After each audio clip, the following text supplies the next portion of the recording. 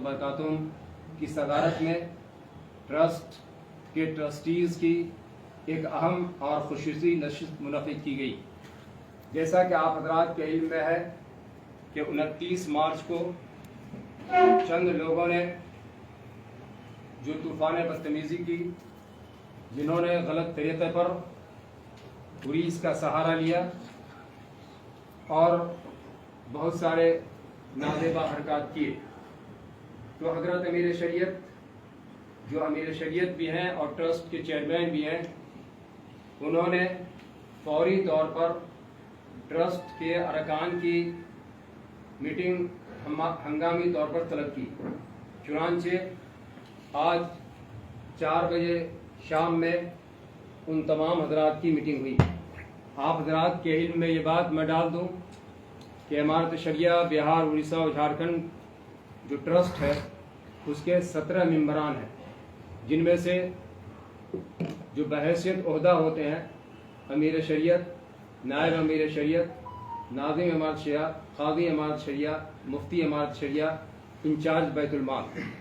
अगर इस हैसियत से हम देखेंगे तो नायब अमीर शरीयत साहब जो हज़रत मौलाना मोहम्मद शमशाद रहमानी साहब हैं, ये जब नायब अमीर शरीयत नहीं थे उसी वक्त से ट्रस्ट के मेंबर हैं।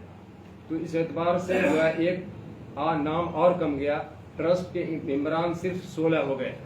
जब ये नशिस्त शुरू हुई तो यहाँ 2 से ज़्यादा अरकान ने शिरकत की। उन अरकानों ने जो फैसला किया मैं बेहतर और मुनासिब समझता हूँ, उसी के लिए यह प्रेस कॉन्फ्रेंस और अमल पर तशवीर का इज़हार किया और उन्हें ट्रस्ट और इमारत शरिया से मुताल्लिक़ हर तरह की कमेटी की रुकनियत से बरतरफ कर दिया। दूसरी तजवीज़ ये भी तय पाई कि 29 मार्च को इमारत शरिया मुखालिफ सरगर्मियों में शरीक अफराद जो इमारत के किसी मजलिस में पहले से मेंबर रहे हों, ऐसे तमाम अफराद को उनके ओहदों से बरतरफ किया जाए। ये भी तय पाया कि ट्रस्ट की खाली जगहों को हज़रत अमीर शरीयत अपनी सवाबदीद से पुर करेंगे। ये कमेटी इस सिलसिले में हज़रत अमीर शरीयत को मुजाज गर्दानती है। अमीर शरीयत इमारत शरिया के बैंकों में सिग्नेचरी की हैसियत से बहैसियत ओहदा मेरा नाम है कि मुफ्ती मोहम्मद सईद रहमान कासमी कायम मकाम नाज़िम इमारत शरिया का नाम शामिल किया जाए और इस सिलसिले में हज़रत अमीर शरीयत मुद्दतुल वालिस के दस्तखत से बैंक मैनेजर के नाम ख़त भेजा जाए। हज़रत अमीर शरीयत ने मौलाना मोहम्मद शिबली कासमी साहब को इमारत शरिया से बरतरफ किया। ये मजलिस हज़रत अमीर की इस फैसले की तायीद करती है। 29 मार्च को नाज़ेबा हरकत करने वालों और इमारत शरिया के वक़ार को मजरूह करने वालों के खिलाफ कानूनी कार्रवाई की जाए। ट्रस्ट डीड के दफ़ा नंबर 9 में ये सराहत मौजूद है कि अमीर शरीयत को निज़ाम अमारत में नुक़्ता मरकज़ी की हैसियत होगी, यानी उनका फैसला आखिरी और हतमी फैसला होगा। डीड की दफ़ा 12 में ये सराहत मौजूद है कि इंतखाब अमीर का हक़ मजलिस अरबाब हल वक्त को होगा और दफ़ा 13 में है कि अज़ल अमीर का इख्तियार मजलिस अरबाब हल वक्त को हासिल होगा। लिहाजा जिन ट्रस्टियों ने अमीर का इंतखाब किया वो गैर शरई, गैर कानूनी, गैर दस्तूरी तो है ही, वो मज़ाक़ा खेज़ भी है। ये मजलिस उसकी परज़ोर मज़म्मत करती है कि वो अमीर किसी भी सूरत में नहीं हो सकते हैं। ये ट्रस्ट की जो मीटिंग आज हुई थी, जिसमें ट्रस्ट की अक्सरियत ट्रस्ट के अक्सर अरकान ने शिरकत की, उसमें ये तजावीज़ मंजूर की गई है। कौन कौन अरकान ने शरीक हुए हैं ये ट्रस्ट की मीटिंग में?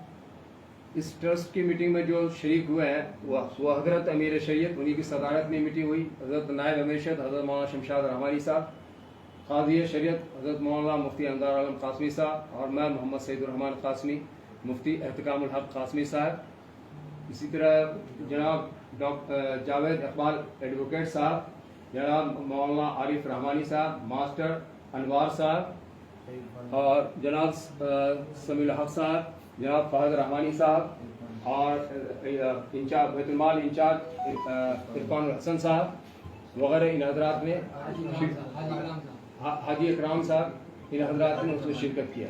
उनका नाम ले लिया। अशफाक करीम साहब ने कल जो है एक अपने प्रेस बयानिया में कहा कि किसी की तकर्रुरी के लिए अमीर से इजाज़त नहीं ली जाती है। क्या स्वीपर या माली इन सब की तकर्रुरी के लिए अमीर की इजाज़त दरकार होती है क्या? देखिए, इमारत शरिया में किसी की भी तरफ तकर्रुरी के लिए, किसी की भी बहाली के लिए अमीर की इजाज़त ज़रूरी होती है। अमीर की इजाज़त के बाद फिर उसको नाफिज करते हैं, जो नाज़िम होते हैं उसको नाफिज करते हैं, लेकिन पहले तकर्रुरी का अमीर से इजाज़त लेनी पड़ती है। वो बहैसियत रुकने शूरा या ट्रस्टी कितनी बार इमारत आए?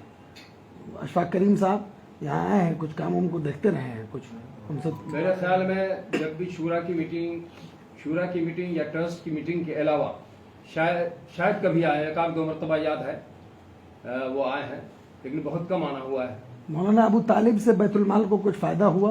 कुछ बैतुल माल को मजबूती मिली? कुछ ये सवाल वो है कि इसका ताल्लुक हमसे नहीं है, ये बैतुल माल वाले बताएंगे कि उन्होंने क्या ताउन किया है, नहीं ताउन किया है, वो मेरे इल्म में नहीं है। एक सवाल बार बार आता है कि फ़ाद रहमानी साहब चूँकि हज़रत के छोटे भाई हैं, वो इमारत के कामों में सरगर्म रहते हैं, क्यों रहते हैं?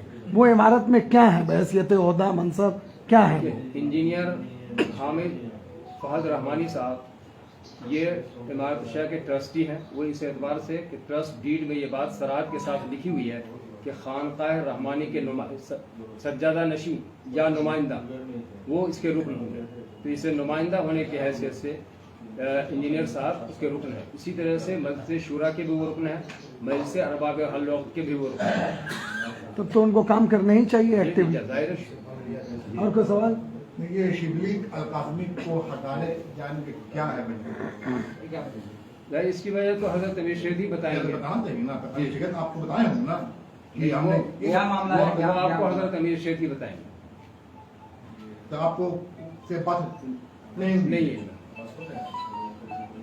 तो उन्हीं को प्रेस कॉन्फ्रेंस करना चाहिए। हम प्रेस कॉन्फ्रेंस जिस चीज के लिए बोला है वो हमको आपको बता दिए, तो उस पर सवाल कीजिए तो हम बताते हैं। एक सवाल है कि 31 में भी काम ट्रस्टी में 31 में 17 मैंने कहा कि 17 इससे पहले 17 की कोई कागजात जो वो बिल्कुल वो सारे कागजात मौजूद हैं यहाँ। 17 के जो है जो ट्रस्टी हैं 17 को कागज मौजूद है यहाँ। क्योंकि ट्रस्टी की बात हो रही थी जिसमें 2 लोगों की इंतकाल हो चुकी है। मैंने बता दिया आपको कि मैं जो कागज है जो ट्रस्ट की डीड है उसमें 17 अफराद है। शरीयत को आप मीटिंग में बोला, जब उनको हटाया गया तो कुछ तो कारण बताया, उनको नोटिस तो दिया होगा भाई कि आपको ये हटा दिया गया। कायम मकाम को रखने के लिए और हटाने के लिए कई मरतबा इस पूरे दौरान दसियों मरतबा यहाँ पर जो लोग हैं वो कायम मकाम बन चुके हैं। कायम मकाम को हटाने और रखने के लिए किसी वजह की ज़रूरत नहीं होती है, ऑपरेशंस की ज़रूरत होती है, ऑपरेशनल एक्टिविटी की। अमीर शरीयत को लगा कि आप कायम मकाम हों और आप उस चीज़ को फुलफिल करते हैं तो आपको कहेंगे कायम मकाम बने। एक एग्जांपल दे रहा हूँ, यहाँ पर वजह की ज़रूरत नहीं। बाकी हर ऑर्गेनाइजेशन में कुछ इस सीनियरिटी पर कुछ इंटरनल वैल्यूज़, कुछ इंटरनल डेटा होता है, उस वजह से उसको पब्लिक नहीं किया गया। हो जाएगा वो, लेकिन अभी वो पब्लिक नहीं। ये अभी माशरे में ये सवाल ये है, बात कर रही है कि क्या वजह है कि शिबली अल-काज़मी को हटा दिया गया है? क्या उस पर कोई इल्जामात हैं, कोई गबन का मामला है या फिर कोई मामला है? क्योंकि मेरे नजरों के सामने की बात है। देखिए, हजरत मौलाना अनीसुर रहमान साहब इस अदारे के नाज़िम हालात के एक बैग में जब पेपर में आया और पाया कि एक किसी और लगी हुई है, तो मैंने ताजुब होकर कहा कि भाई साहब ये क्या माशाअल्लाह। तो देखिए, प्रोग्रेसिव होता है हमारे एडमिनिस्ट्रेटर। अब उस वक्त उन्होंने किसी वजह से ज़रूरत महसूस किया होगा या किसी ने मशवरा दिया होगा तो साहब ये भी सवाल आदमी है, इनको भी रखिए सबॉर्डिनेट में, सबॉर्डिनेशन के लिए उसको रख दिया है ना। और वो हजरत चल रहे हैं किसी भी और चले काटने के भी होता तो चले। और फिर ये मौजूदा आए, उन्होंने भी अपना कोशिश किया कि मेरे मैंने चले। अब किसी वजह से और लगा होगा कि नहीं मुफ्ती सईद रहमान साहब की सर्विसेज यहाँ ज़्यादा बात हो सकती, इसी वजह से ये तो वही जानते थे। उन्होंने ठीक कहा कि हमको मालूम साहब